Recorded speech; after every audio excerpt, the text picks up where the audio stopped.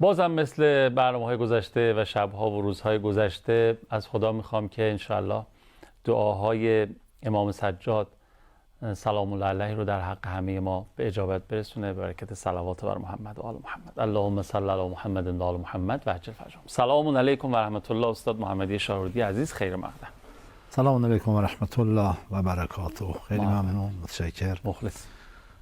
خدمت شما و همه دوستان عزیز عرض ارادت داریم، عرض سلام داریم. انشالله که خداوند این کارهایی که انجام شده و انجام میشه اینها رو به عنوان بهترین عبادت از ما و شما و دوستان عزیز بیننده قبول بفرمایید. الهی آمین. بگوش. اعوذ بالله من الشیطان الرجیم. بسم الله الرحمن الرحیم. الحمد لله رب العالمین و صلی الله علی سیدنا محمد و آله الطاهرین. اللهم صل علی محمد. عرض سلام و اراده دارم خدمت دوستان عزیز بیننده و آرزوی سلامتی، طول عمر، توفیقات روزافزون، آرزوی قبولی طاعات، عبادات، روزها، نمازها و آرزوی برخورداری از فیوزات و برکات این ماه. دیگه یواش یواش داره ماه تموم میشه و باید یه دعایی هست که در ماه رمضان تا 20 یه بار خونده میشد. اعوذ بجلال وجهک الکریم ان ینقضی عنی شهر رمضان او یطلع الفجر من لیلة هذه ولک قبلی تبعة او ذنب تعذبون علیه.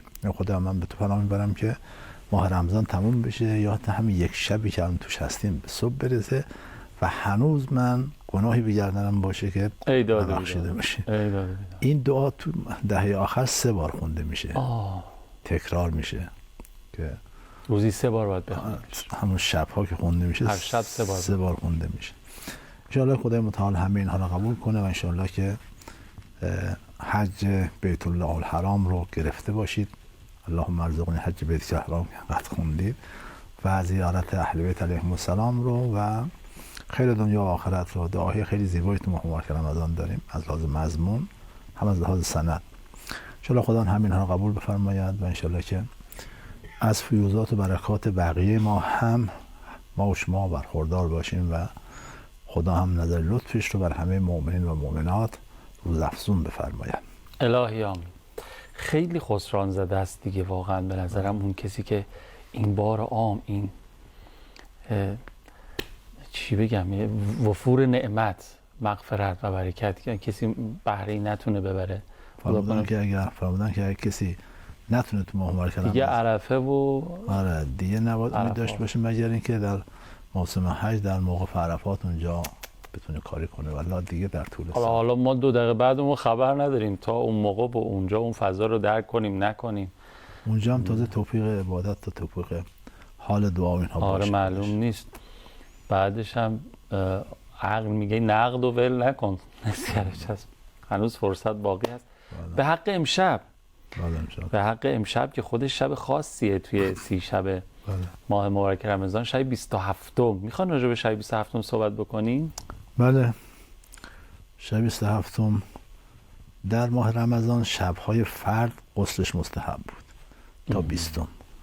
دهه آخر هر شب غسلش مستحبه. در شب 27م به طور ویژه مستحبه. اهل سنت 27م رو شب قدر میدونن. شب 27م رو شما اگه مثلا مکه مشرف بشید شب 27م وارد مسجد حرام بشید دیگه نمیتونید بری بیرون تا 24 ساعت بعدش.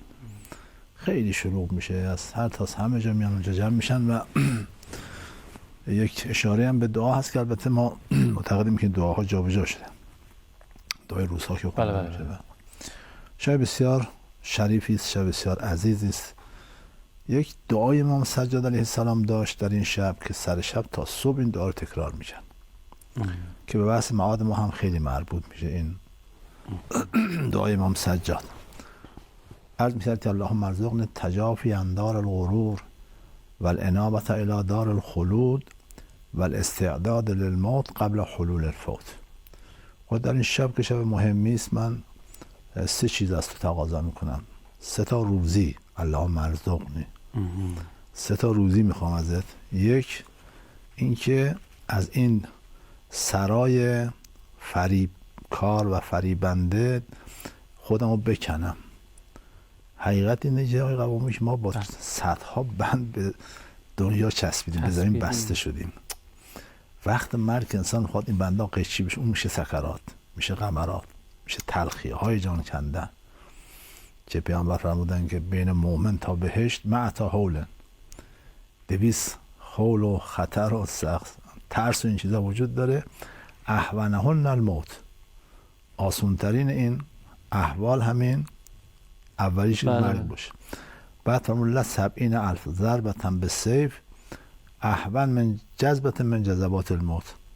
70,000 ضربه شمشیر بر پیکر انسان وارد بشه براش آسان‌تر از یکی از جانکندگی از جذبه های موت. لا لا.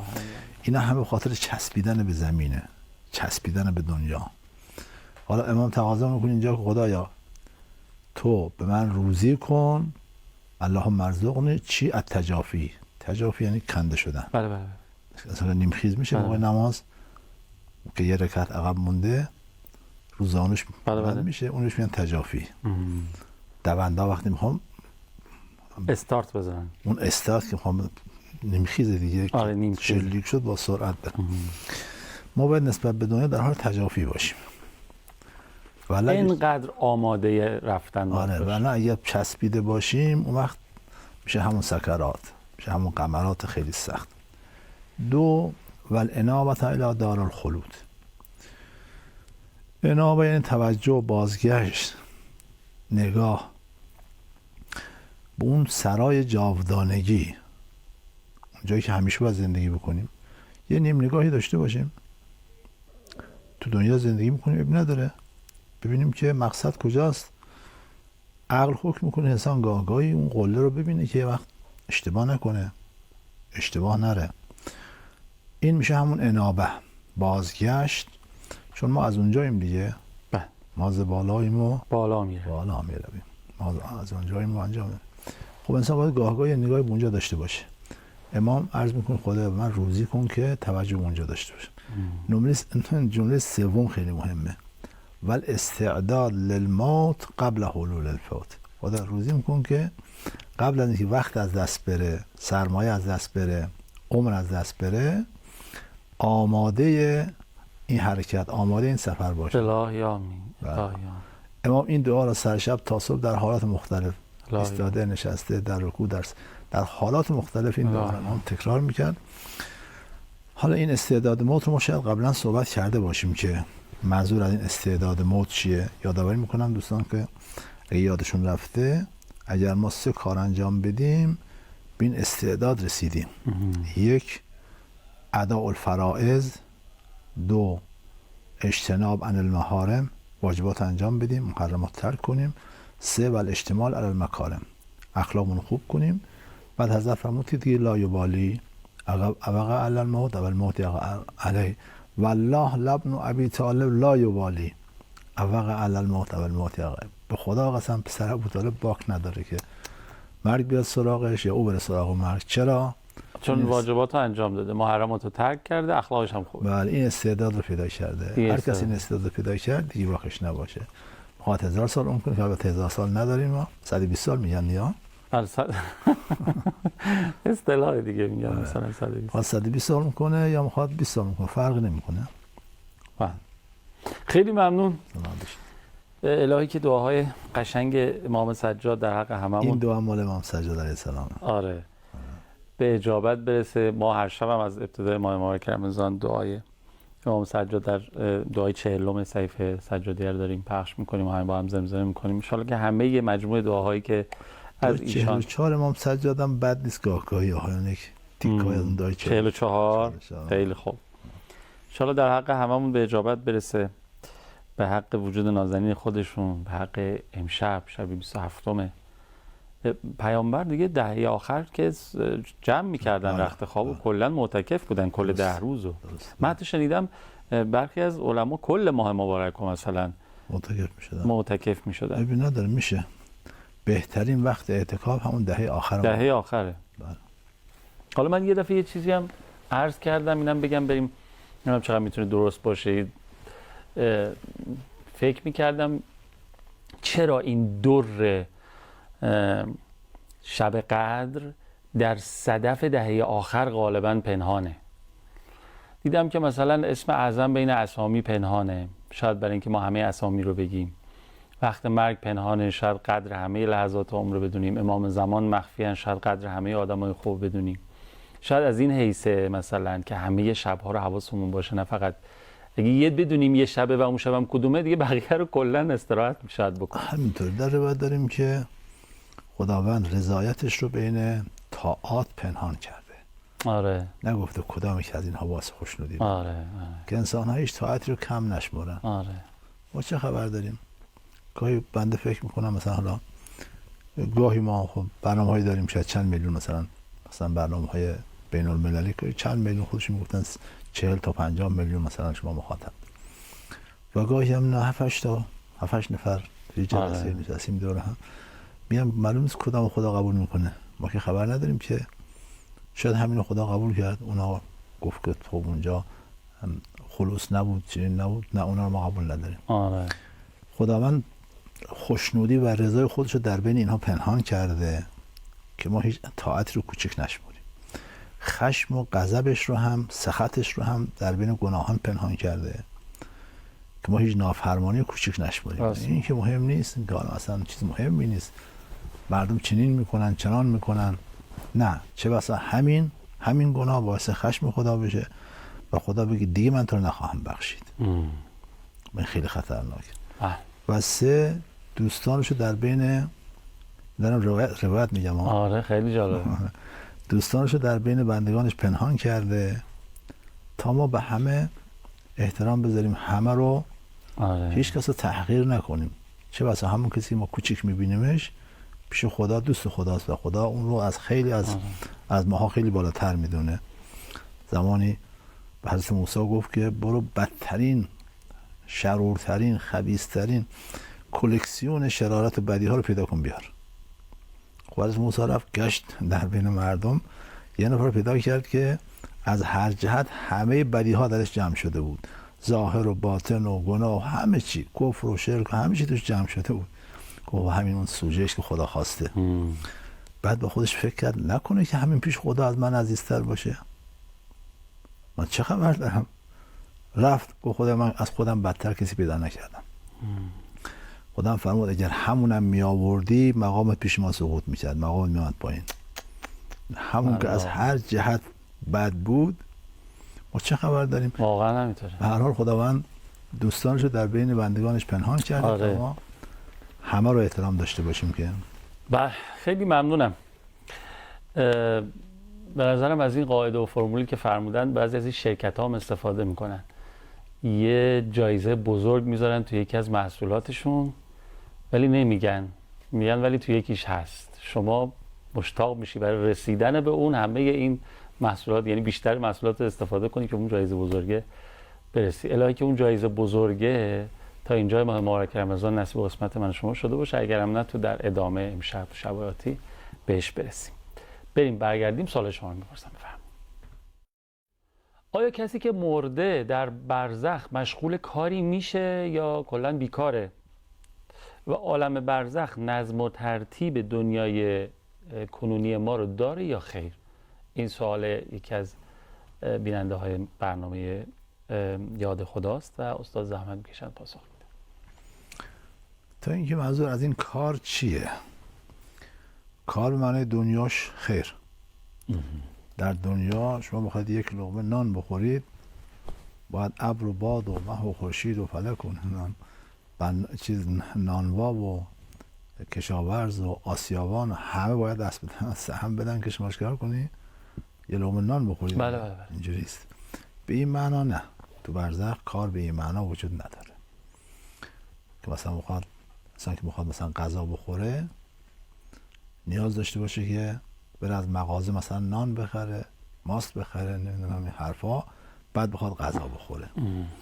یا مثلا میخواد که فرض کن لباس میخواد تهیه بکنه، گوسفندی باشه و پشمشو بچینند و نقش بریسند و نمیدونم کارخونه پارچه ببافت و خیاطی مثلا لباسی بدوزد و چون تو ذهن ما ها معمولا کار به این معناست. بله. به این معنا نه، تو برزخ کار وجود نداره و اونها اصلا احکامی که در دنیا هست به این شکلش در برزخ نیست. یعنی شغل و محلی برای کسب درآمد و اینا این چیزی نداره. چیزی اونجا نیست. او لباسش از اون بافته های دنیاست، اعمالی که در دنیا انجام داده، بله بله. یا اون چی که از این طرف براش میفرستن. اما کار به معنای خود برزخ چرا؟ اونجا تعلیم هست، تربیت هست و کارهایی که از جنس برزخ باشه. حتی کلاس درس هم اونجا هست از جنس برزخش. این حدیث رو اگر خوندم تکرار میکنم چون حدیث بسیار مهمی است. امام موسی بن جعفر علیه السلام فرمودند: من مات من شیعتنا و اولیائنا و لم یحسن القرآن یا لم یحسن القرآن علم فی قبره. هر یک از دوستان و شیعیان ما که از دنیا رفته باشن و قرآن رو خوب یاد نگرفته باشن، حالا خوب یاد نگرفتن، گاهی ممکنه که مثلا فرض کنید که قرائت روحانی و روانخوانی، این که نه معناشو اون خلاصه خوب قرآنی نشده باشن، این بهترین تعبیره. تو قبر اونجا براش، تو عالم برزخ براش کلاس میذارن که قرآنی بشه. بله. علم فی قبره. چرا؟ لأن درج الجنه به عدد آی القرآن فیقال لغار القرآن اقرأ برقه. چون تعداد درجات بهشت به تعداد آیات قرآنه.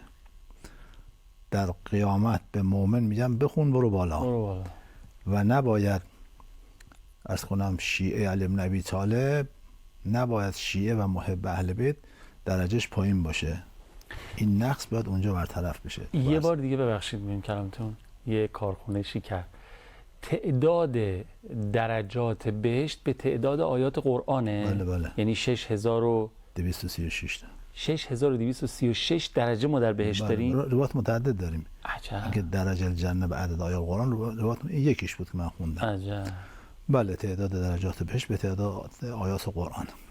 خب و اونجا به مؤمن میگن بخون برو بالا، به اندازه که قرآنی باشه درجهش تو بهشت اونجا رقم میخوره. که الان دارن تو ماه مبارک قرآن رو میخونن، هر روز یه جزء میخونن، حالا هر قدر که میتونن میخونن. خیلی کار ارزشمندی. بله بسیار کار ارزشمندی است، مخصوصا تو ماه قرآن که ماه رمضان که بهار قرآن هست. بله بله. کل شیء ربیع و ربیع القرآن شهر رمضان پیامبر فرمودن. هر چیزی بهاری داره. بهار قرآن رمضان. آره. خب این یه نکته. بنابراین اگه به این معنا بخواد معنا بشه، خب بله به این معنا در برزخ کار هست. نکته بعدی که تو سوالشون بود که من فراموش کردم، نظم و ترتیب گفتن مثل این دنیا وجود داره اونجا یا نه؟ اونجا منظم‌تر، به نظرم منظم‌تره. آره دقیق‌تر و منتها باز نظم و ترتیبش متفاوته، از جنس تشریع نیست. اینجا نظم و قانون و اینها غالبا تشریعیه. راهنمای رانندگی وضع شده. آره راهنمای رانندگی قانون داره. آره. اعتباریه. طرف میگه پلیس نیست برو. اونجا نه، تکوینیه، انجام میشه خود به خود. بله. مثلا فرض کن که اختیارشون اهل برزخ به اون اندازه مقامشونه، به اندازه که ظرفیت دارن مقام دارن اختیار دارن، مثلا سر از خانوادهشون مطلع بشن، یا اونجا مثلا فرض کن بخوان دیدن افراد در همونجا بخوان زیارت کنن افراد رو یا چیزی از این قبیل. ماجرای قصاب اصفهانی که خدمت دوستان نقل کردم، گفت که من هفته پیش اجازه نداشتم از شما پذیرایی کنم. آره. امروز اجازه داشتم. این مثلا مقامش در حد 1 هفته بود. بعضی در حد 1 روزه، بعضی در حد 2 روزه، بعضی ماه هم تو میره بالا. بنابراین بله قانون هست، قانون هم دقیقه، نظم و ترتیب هم هست، اما نظم و ترتیبی که از جنس تکوینه، از جنس عین و خارجه، نه از جنس قرارداد که بشه از زیر بارش در رفت، کمش کرد زیادش کرد، نه از این جنس نیست. چند درصد عالم برزخ رو این دنیا میسازه؟ اتفاقاتی که در این دنیا شکل میگیره توسط آدما، چند درصد اون برزخ رو این میسازه و چند درصدش نه، اصلا برزخ طراحی شده اونجوری؟ میشه درصد گفت؟ نه، اگه به هر کار انسان ها باشه خب میگیم که بر حسب اینکه فرد کی باشه و چه کار کرده باشه. ما تو کل نظام هست، دنیا برزخ رو نمیسازه، برزخ دنیا رو میسازه. دنیا معلول برزخه. برزخ علت دنیا معلوله. منظورم اون چیزیه که در برزخ اتفاق میفته ها، این که فرمودین. همون انسان ها، بله بله. اون افراد فرق می‌کنه. بر حسب هر نفر باید تک تک بکن. مثلا این کاری کرده که نه تنها الان مثلا فرض کن 100% برزخش رو آباد کرده، کاری کرده که این باز ادامه داره، همینطور هی میره بالا. روز به روز هم هی بعضی برزخش بهتر و بهتر میشه. یعنی اعمال ما تأخری رو انجام داده که پرونده عملش بازه و تا هزاران سال بعدش هم مرتب نوشته میشه در نامه عملش خیرات و مبرات و باقیات صالحاتی از خودش باقی گذاشته که بله. پرونده عملش بسته نمیشه. بله. بعضی هم نه، به اندازه یه شعار خیلی کوچیکی در دنیا اثر داشتن، وقتی هم میمیرن پرونده دنیاشون دیگه بسته میشه. بله. افراد فرد مورد به مورد رو باید بررسی کرد که شخص کی هست و چی هست. پس جواب سوال من میشه 100%. بله. حالا منتها یا خوب یا بد یا بالا، ولی کلا اون چیزی که حال ما رو، شرایط ما رو، فضای ما رو در برزخ میسازه 100% به اینجا بستگی داره. هم برزخ هم قیامت. الیوم عمل ولا حساب، غدا حساب ولا عمل. بسیار. اینجا عمل نیست، عمل اینجاست. حسابی در کار نیست. آره. اینجا کشته، برداشتی در کار نیست. اونجا برداشته، کشتی در کار نیست. آره. از برزخ هم شروع میشه برداشت. اصلش هم تو قیامت برداشت میشه. انگار که مثلا این کاشت داشت برداشتی که حالا تو مزرعه ها تو کشاورزی اتفاقا انگار تو این سه مرحله دنیا و برزخ و قیامت یه جورایی همطور تطبیق پیدا میکنه. پیامبر فرمودن دیگه دنیا مزرعه الاخره. آره دیگه، راست میگی. پیامبر فرمودن این حالا کاشت داشت برداشته قشنگ انگار تو این سه مرحله اتفاق. خیلی خوب، اجازه میدین بریم برگردیم، من بقیه سوالات رو بپرسم و این بخش پایینی برنامه ما خواهد بود. بفرمایید. یه صلوات برای امام رضا بفرستین. میگم چرا. اللهم صل علی محمد و آل محمد و عجل فرجهم. الهی که همین الان نظر لطفشون شامل حال ما بشه. دوستان گفتن 8 دقیقه وقت داریم. چقدر خوب این اعداد آدمو یاد چیزای خوب بندازه. خب بپرسم سوال عزیزمون. گفتن با اینکه موقع مرگ روح از بدن جدا میشه و مثل لباس بی‌ارزشی هست که دور انداخته میشه، چرا سفارش شده که مثلا تربت با میت دفن بشه یا روی کفن سوره یاسین، شبیهش رو قبلا پرسیده بودیم، جوشن کبیر رو نوشته بشه و یا همراه داشتن دستمال اشک سفارش شده و یا امام سجاد علیه السلام در دعای ابو حمزه این همه از تنگی قبر و سختی و تاریکی اون ناله میکنن، اینا چه تأثیری میتونه داشته باشه؟ بخش اول این دو بخش داره. بخش اولش که این بدن دیگه نقشی نداره. البته بعضی نظرها اینه که چرا، بعضی نظرها اینه که دوباره رو به همین بدن برمیگرده. سوال نکیر و منکر از همین بدنه. خدمت شما عرض کنم که فشار قبر بر همین بدنه و قبر همین قبر. یه نظره. نظر ما که این نیست. ما معتقدیم که اون بدن برزخی که مورد سوال واقع میشه خود نفس انسانه، اون تا ابزارش، اون زبانی که اونجا باید جواب بده زبان برزخیه.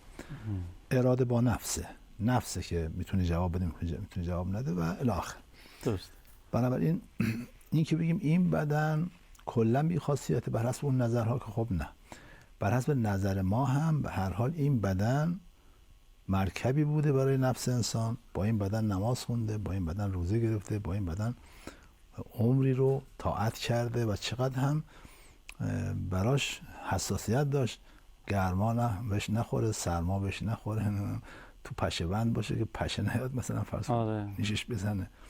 اینجوری نیست که این بالمعرضی از این بدن فراموش میکنه. نه، توجه داره، توجه به این بدن داره. میفهمه کی در تشییع جنازه شرکت کرده، کی غسلش داد، با احترام غسلش دادن یا بی احترامی کردن. همین بدنها در تشییع جنازه چی دارن میگن و چطور دفنش کردن، کجا دفنش کردن، کیا به زیارت قبرش میان. وقتی من به زیارت قبرشون، او میاد باشون انس میگیره و خیلی هم خوشحال میشه.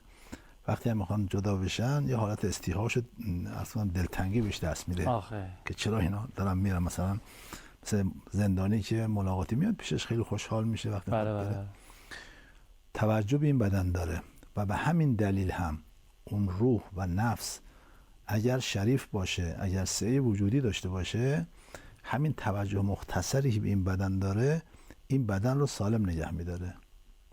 که این بدن نمیپوسه باید حیات باشه که نپوسه، ولی ماده میپوسه متلاشی میشه از بین میره. چرا نمیپوسه؟ چون حیات داره. چرا حیات داره؟ چون اون روح بهش توجه داره. حتی کفنش هم سالم میمونه. اون اشراق و تابش روح به این بدن که این بدن رو سالم نگه میداره. درسته. پس این که بگیم اصلا توجه نداره، چرا توجه داره؟ خب این یک نکته که اون هم اولش گفتیم که بر فرض حالا اون بدن رو ما قبول نکنیم که ما قبول نکردیم این بدن رو، توجه روح به این بدن که هست، این دیگه قطعی است. مطلب بعد این که یه سری آدابی است که سفارش شده، مثل تربت سید الشهدا سلام الله علیه، مثل جریدتین، دو تا چوبی که میگن همراه مرده بذارید که آدمی که این چوب ها هست عذاب قبر برداشته میشه، بعدم دیگه خداوند عطف ما سبق نمیکنه. بی حالا که چوبا خوش شد حالا برید مثلا فشار قبر رو حالا شروع کنید. نه دیگه تموم میشه. یا اون دعایی که در مفاتیح هست رو کفن بنویسید، یا مثلا جوشن کبیر رو نمیدونم قرآن، اینها که همش سفارش شده، اینها هیچ اشکالی نداره، اینا توجه داره و این خودش آثار و برکات معنوی داره که ما از جزئیاتش خبر نداریم. ما خبر نداریم که چه مکانیزمی هست بین این تربت و سعادت انسان. درست. همینقدر که توجه به امام حسین علیه السلام، همینقدر که عرض کنم اینجا تربتی که هنگام نماز وقتی انسان بر این تربت سجده میکنه 7 حجاب رو خلق میکنه. 7 حجاب انسان از خدا جدا کرده. یک سجده بر تربت سید الشهدا کل این 7 حجاب میزنه کنار. گاهی انسان باید 1000 سال نماز بکنه تا یکی از این حجاب ها رو بتونه کنار بزنه. ولی تربت سید الشهدا 7 حجاب رو یک جا خلق میکنه، از بین میبره. ما نمیدونیم چه عظمتی داره، چون میدونیم اینه که دستور دادن که مستحبه که این کارا رو بکنید و این کارا رو میکنیم. اما راجع به این که اون دستمالی که انسان گریه کردین رو ما جایی ندیدیم. اینا بیشتر ذوقیه. کسانی گفتن بیشتر از ذوق خودشون استفاده کردن. استاد الله مرعشی نجفی رضوان الله علیه تو ذهنم هست، تو وصیت‌نامه‌شون شما وصیت کردن اشکار سید الشهدا تو دستمالشون بوده. بله عرض کردم دیگه. حالا اون که ما باید میگیم باید اونی که در روایات باشه میتونیم بگیم. بقیه‌اش رو دیگه ما نمیتونیم مثلا اون رو بخوام بیاریم کنار تربت بذاریم. بله تربت داریم تو روایت ولی این رو نداریم. خب دیگه حالا دیگه حرفای ذوقی است که آقایون گفتن، حتما اونها برای خودشون مدرکی داشتند و سندی داشتن. درست. این یک بخش. اما بخش بعدی سوالشون که اون بخش خیلی مهمتر بود از این بخش، که اجازه بدیم من یه لحظه ببینم عین کلامشون. گفته بودن که امام سجاد در دعای ابو حمزه این همه از تنگی قبر و سختی و تاریکی. اون دیگه بحث این قبر نیست. اون قبری که باید روشن باشه، اون قبری که باید وسیع باشه، اون قبری که در روایت هم داریم که وقتی که فرشته ها نکیر و منکر سوالو میپرسند و جواب میده، یوسع قبره مد بصره، قبرشو به اندازه وسعت بینش خودش توسعه میدن. نه اینکه این قبر رو بخوان گشادش کنن، هیچ تأثیری نداره. این قبر اگه بخواد مثلا به جای نیم متر پس اون 1000 متر باشه، فرقی نمیکنه با نیم متر. این قبر رو شما 10 تا نورافکن توش روشن کنید، هیچ تأثیر نداره. فقط اون بدن رو زودتر میپوسونشون.